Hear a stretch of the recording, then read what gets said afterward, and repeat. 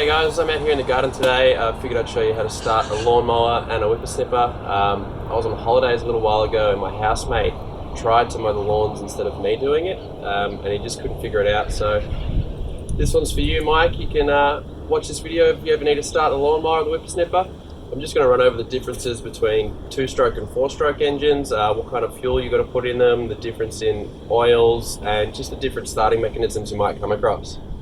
Pretty much every lawnmower you're going to come across is a 4-stroke, and all that means is you just put regular fuel in here, 91 octane, same as most cars. These are pretty simple to start. You just want to press the primer, and we can see here it asks you to press it 3 times, and then you can rip the cord and see if it starts up. Now on a lawnmower there is no choke. You're most likely to find a choke on 2-stroke engines, but we'll get into that in a sec. So for this, we'll just pump it 3 times,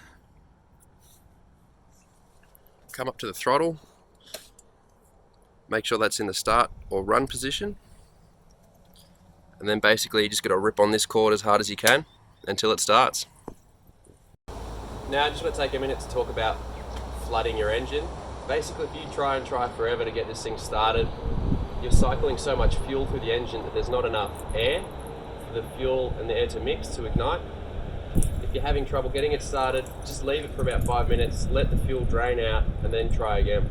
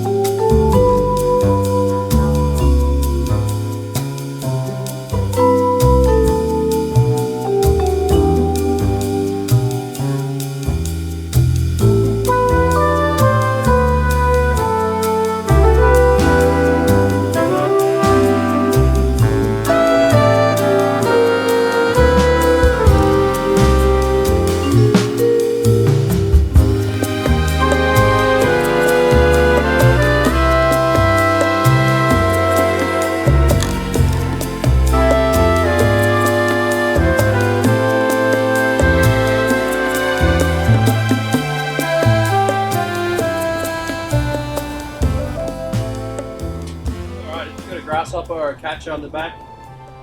Just to get it off, you're going to lift this flap up. Easy as that.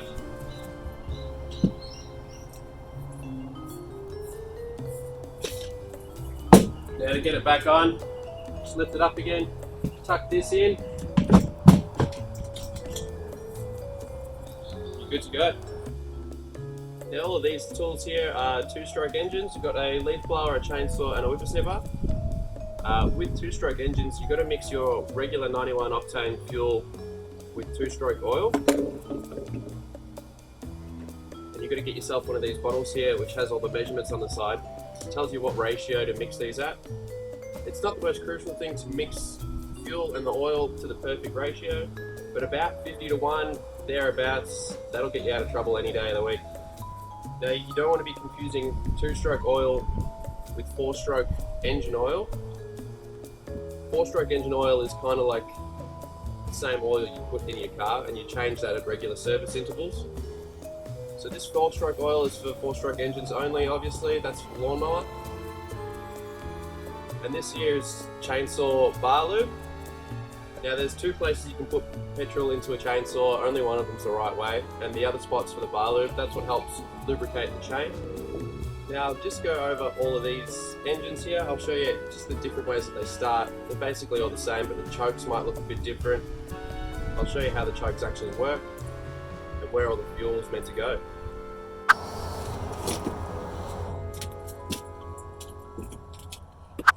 So I'll start by showing you just basically how to mix the fuel up. So on this bottle here we've just got measurements. Now we want to fill it from the bottom all the way up to this line with fuel, and then only from here to here with oil.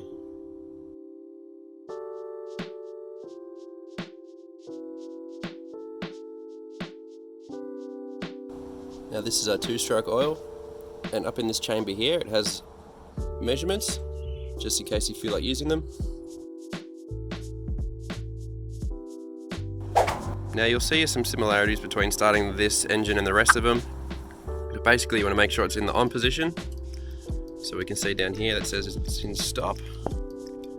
Move that all the way up. This is our primer. It says here 10 times or until fuel appears. There we go. And on the bottom here we've got run, half choke, full choke. Now if you haven't started this in a little while, you want to set this to full choke. So we can see there's a lever on the bottom. Now you want to try start it like this in this position, and once you hear it start to come to life, you can either flick it over to half choke until it starts to idle and then flick it over to run once it's warmed up. Now most of these will tell you what kind of ratio they want. So for every 50 parts of fuel, there's 1 part of oil. So before you start it, just make sure it's got enough fuel in it.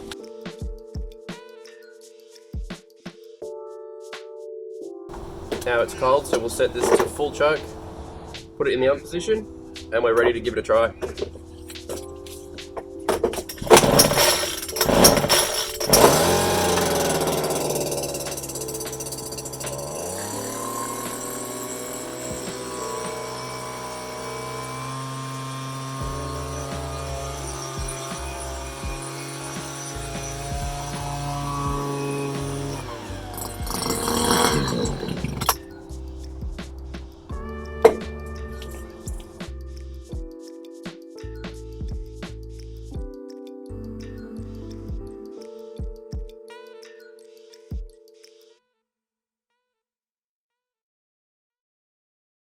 Okay, now for the chainsaw.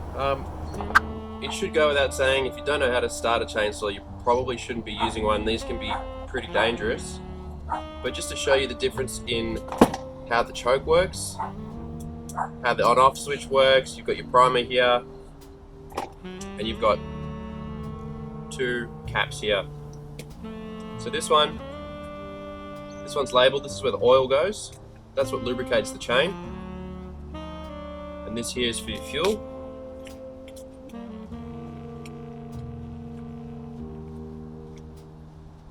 Now not every tool you come across is going to have a switch like this, but if it does, obviously switch it on.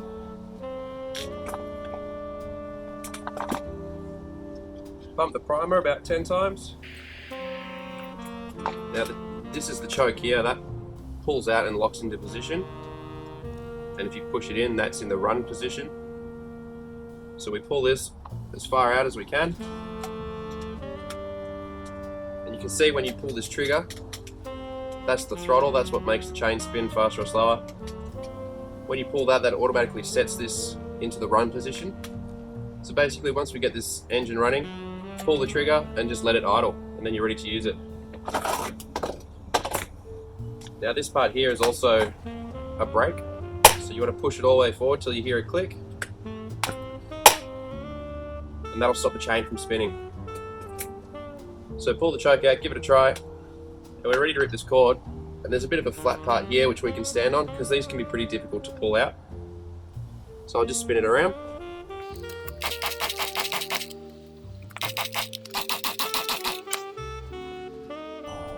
We can see this doesn't want to start, so it's probably flooded. We'll let it sit for a bit and we'll try again in a sec.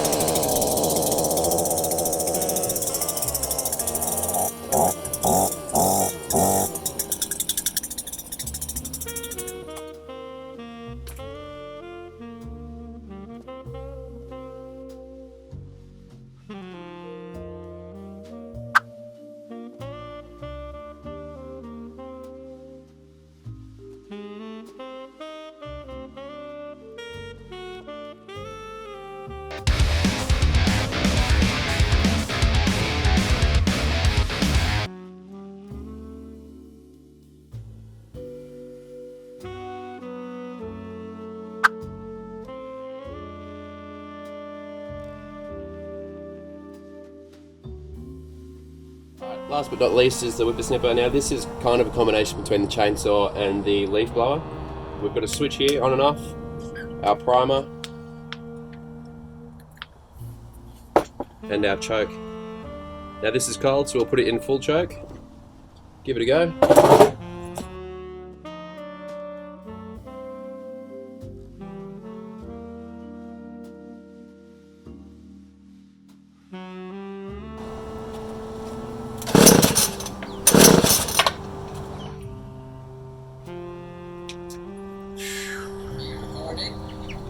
Yeah.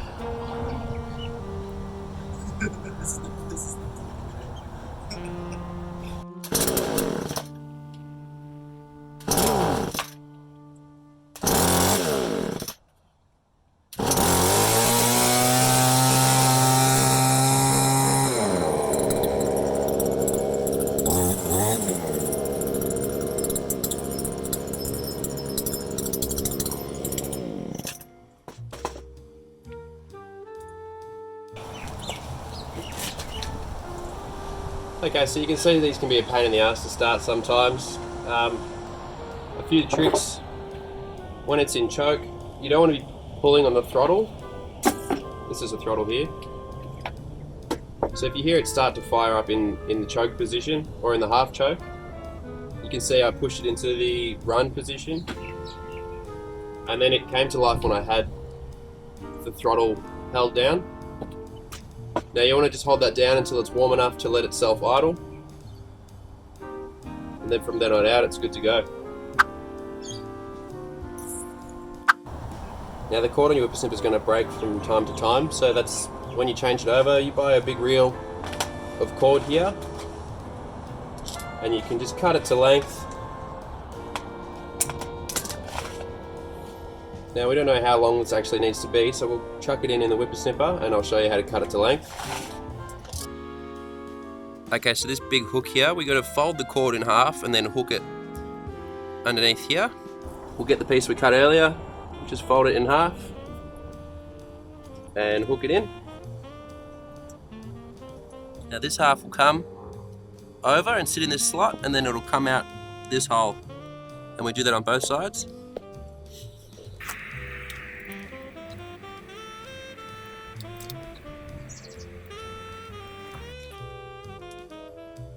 Now that this is threaded through properly, we can stretch this out all the way to here. Now we don't want the cord hitting the guard. There is supposed to be a blade here that will automatically cut this to length, but those usually don't work. So we can just hold it here, cut it to length, do the same to both sides. Now if it's a whisker too long, it will cut itself to size just, but if it's way too long, you've got no hope. Now if you want to save yourself a bit of time, you can pull this back out and you can cut a whole heap to this exact length, and then you know every single one's going to be the same. Now you can buy cord that's already pre-cut in these packets. I like to just duct tape these packets to the whippersnipper itself, that way you've got cord on hand when you need it. It is cheaper in the long run to buy the big rolls compared to the packets of pre-cut lengths, but I did buy a packet earlier just so that I had somewhere to keep pre-cut ones. Now when you're using a whippersnipper to cut up against trees or a wall in this example, you just want to hold it flat like this.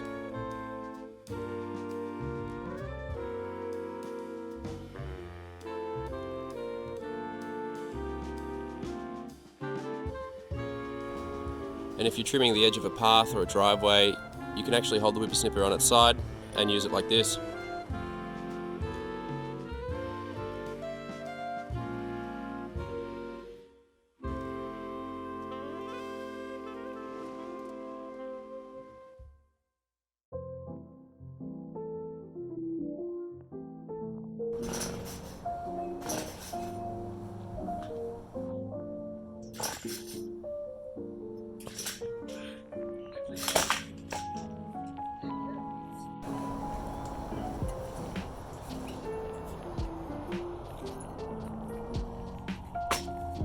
Alright, now fancy this not wanting to work where I'm trying to shoot a video teaching you how to start a whippersnipper. I guess I'm going to turn this into a bit of a troubleshooting now. We can pull this apart, have a look at the air filter, have a look at the spark plug, and maybe try and clean out the combustion chamber. So where the choke is also probably where you're going to find the air filter. So we can just take this cover off. There's our air filter, which we can clean out. Now on top here is where our spark plug is. If these are old, they can cause issues. So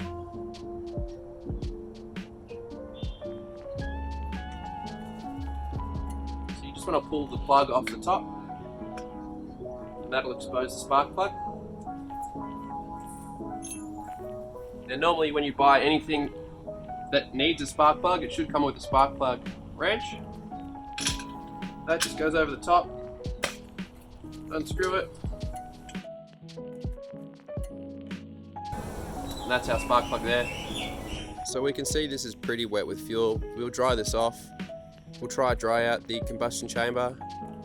We'll get some sandpaper to try to clean up the electrode on the spark plug. Now petrol on its own is actually a pretty good solvent. So we got some here that's not mixed with oil. I'm going to pour that straight into the carburetor. Let that sit, try break down any carbon deposits or anything like that. It will flood it, but that's going to clean it out on the inside, and some of the issues might just be coming from some dirt inside the engine, so we'll give it a try and see if it works.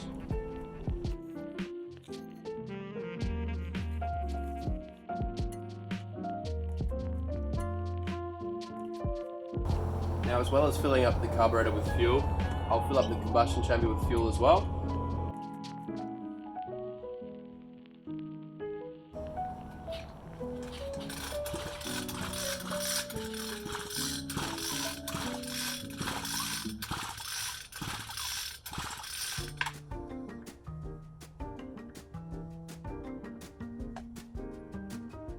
Alright, we'll just let that sit while we clean the spark plug. Alright, I've just got some sandpaper here, folded in half. We can slip that between the gap in here, between the electrode and the ground.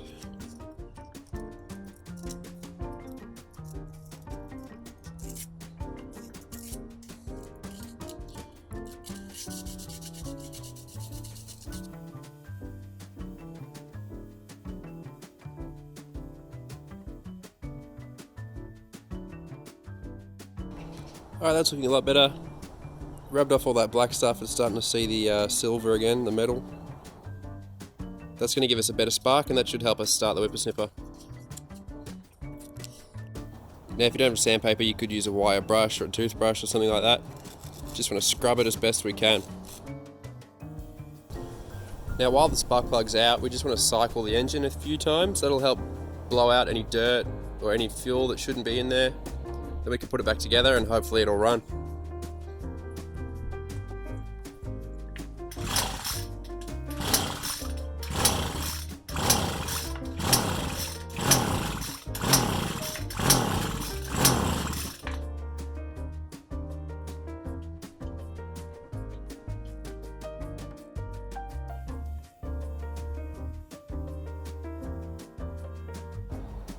I'm just going to leave the air filter up for now, see if that was the issue.